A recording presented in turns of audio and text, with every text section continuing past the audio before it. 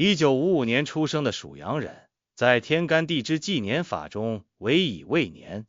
五行纳音杀中金，与1954年属马人的杀中金虽同属金命，却因天干乙木与地支未土的结合，自带温润柔和之性。未土为木库，藏干含己土，丁火乙木，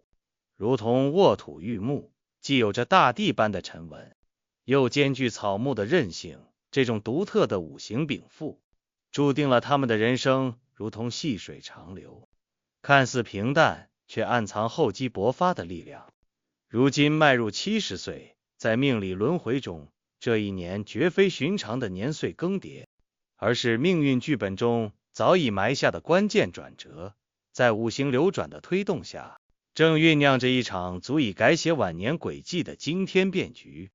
从五行生克来看，2025年为乙巳年，天干双木并行，乙木与乙木比肩相助，地支巳火生未土，形成木火生土，土生金的相生格局。对1955年属羊人的杀中金命而言，堪称天作之合。巳火为丙火禄地，火势旺盛却不烈，如同春日暖阳，既能温养未土，又能通过土的转化滋养金气，让沉寂多年的能量在此时得以舒展。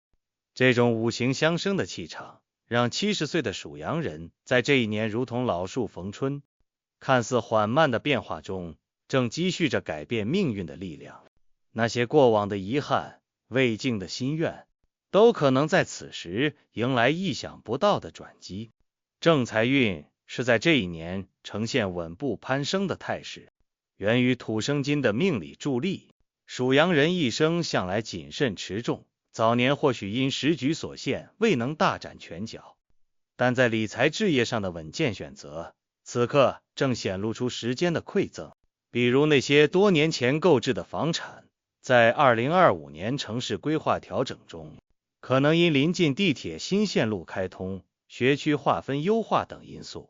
价值悄然翻倍；或是长期持有的蓝筹股，在行业复苏的带动下，股息分红远超预期。更有甚者，退休前在单位参与的股权激励计划，在企业上市后迎来解禁期，为晚年生活增添一笔可观的固定收益。这些正财的积累，看似是时间的偶然馈赠，实则是属羊人骨子里的沉稳在五行流转中的必然回报。不过，天干双木比肩也暗藏隐忧，需警惕身边出现的同辈陷阱，比如多年老友推荐的稳赚不赔项目，看似情真意切，实则可能暗藏风险。此时需坚守不熟不投的原则，签订任何协议前，务必让子女或专业人士把关，避免因抹不开情面而让正财受损。偏财运势则带着木火通明的灵动，为生活增添意外之喜。乙木在巳火的助燃下，如同藤蔓攀附烈火，既能借力而上，又不失柔韧。这种气场让属羊人在这一年容易遇到无心插柳的财运，可能是清理旧物时翻出的老邮票，经行家鉴定竟是稀缺品种，或是参与社区组织的文化活动，随手拍下的摄影作品意外获得奖项奖金，甚至是子女创业成功后主动奉上的感恩红包，数额远超预期。但需注意，偏财虽喜，却忌贪多误得。未土虽能生金，却也象征仓库，若偏财来得太急太猛，反而可能超出仓库的承载。曾有主羊长辈在路边捡到贵重物品，因一时贪念未及时归还，最终卷入纠纷，不仅破财消灾，还影响了邻里声誉。这正是金气过燥反成灾的命理警示。因此，面对偏财，当保持得之坦然，失之淡然的心态。若遇意外之财，不妨拿出部分用于公益，既能平衡命理气场，也能为晚年积福。事业与晚年生活的衔接，在这一年呈现出独特的退而不休之象。巳火生未土的格局，让属羊人即便离开职场，依然能在兴趣领域找到新的价值支点。那些年轻时因生计搁置的手艺，比如剪纸、木工、烹饪等，可能在社区教学、短视频分享中意外走红，成为邻里口中的民间达人，甚至被文化机构邀请参与非遗传承项目，获得荣誉与报酬双丰收。更有具备管理经验的主阳人，会被返聘为家族企业的顾问团成员，凭借通透的人生智慧，为晚辈在商业决策中规避风险。这种以经验换尊重的模式，既不劳累身心，又能延续自我价值。需注意的是，地支四位办合伙局，虽力合作，却忌过度投入。70岁的身体已不适合高强度操劳，凡事点到即止，方能在享受成就感的同时，守住健康底线。感情与家庭运势在土金相生的气场中更显和睦，与伴侣相伴数十载，此时早已褪去激情，沉淀出相濡以沫的默契。2025年的火土之气，如同冬日暖炉，让这份感情更添温情。可能是老伴突然记得年轻时的心愿，悄悄安排了一场迟来的金婚旅行，或是两人共同加入老年合唱团，在和声中找回青春的悸动。对于丧偶或独居的属羊人，乙木的藤蔓属性也带来新的缘分可能。在公园晨练、老年大学等场合，或许会遇到一位同样温和内敛的知己，无需轰轰烈烈，只求日常相伴的安稳。在家庭关系中，属羊人作为未土象征的家族根系，这一年更能感受到子孙绕膝的暖意。孙辈可能在升学竞赛中传来捷报，让家中喜气洋洋，或是子女主动提出接往身边同住，改善居住环境。此时需谨记木多土虚的警示，不可对晚辈过度付出，保留适度的边界感，反而能让家庭关系更显融洽。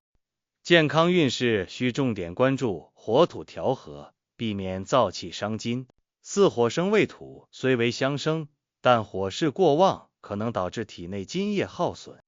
出现口干舌燥、睡眠浅、关节僵硬等问题。从中医角度看，这是心火扰神、脾土失运的表现。调理当以滋阴润燥为主，饮食上多吃银耳、百合、梨等润肺食材，少碰辛辣火锅、油炸食品。作息上遵循子午觉，